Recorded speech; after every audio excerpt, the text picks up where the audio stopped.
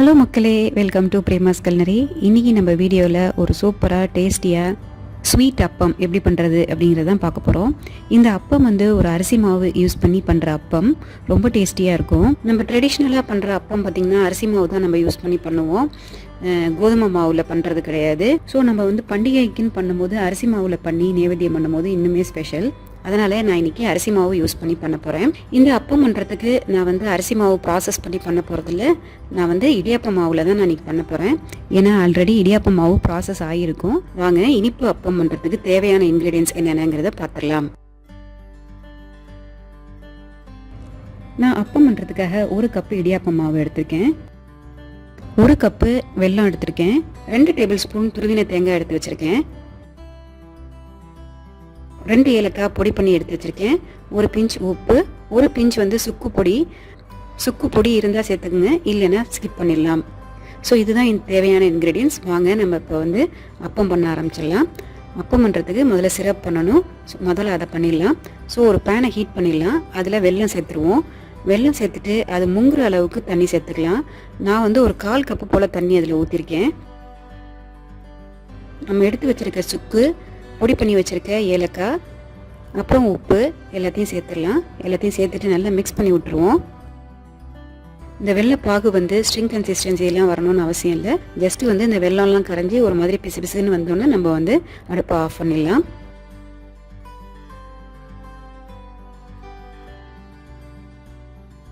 So இப்போ பாகு ready ஆகிடுச்சு. நம்ம இதை மாவில் கலக்க ஆரம்பிச்சிடலாம். ஒரு பவுலில் நம்ம எடுத்து வச்சுருக்க இடியாப்ப மாவை சேர்த்துருவோம். அதுக்கப்புறம் தேங்காய் சேர்த்துருவோம். தேங்காய் சேர்த்ததுக்கப்புறம் ரெண்டையும் நல்லா மிக்ஸ் பண்ணி விட்டுடலாம். அதுக்கப்புறமா நம்ம பாகு சேர்த்துடலாம். பாகு சேர்த்து மிக்ஸ் பண்ணும்போது கொஞ்சம் கொஞ்சமாக ஊற்றி மிக்ஸ் பண்ணலாம். மாவு ஓரளவு கெட்டியானதுக்கப்புறம் நம்ம பாகு சேர்க்குறத நிப்பாட்டிடலாம்.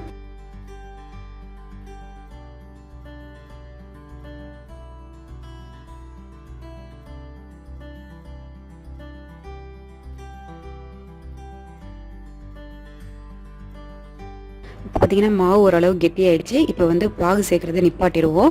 ஏன்னா கொஞ்சம் ஒரு 5-10 மினிட்ஸ்க்கு அப்புறம் பார்த்திங்கன்னா இந்த பாகு நீர் விட்டு இழக ஆரம்பிச்சிடும்.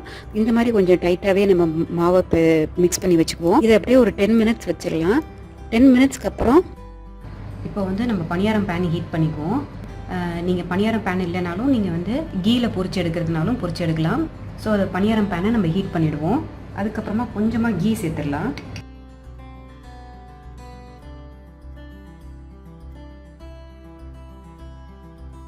ஸோ இது மாவை நல்லா மிக்ஸ் பண்ணி விட்டுட்டு அதுக்கப்புறம் அந்த மாவை சேர்த்துருவோம் பனியாரம் பேனில்.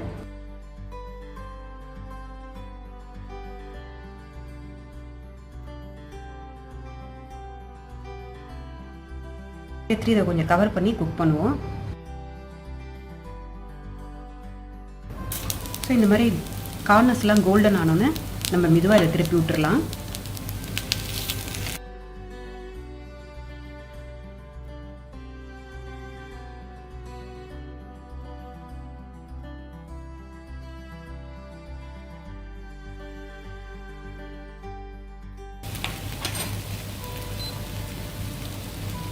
திரும்பி கவர் பண்ணி குக் பண்ணுவோம்.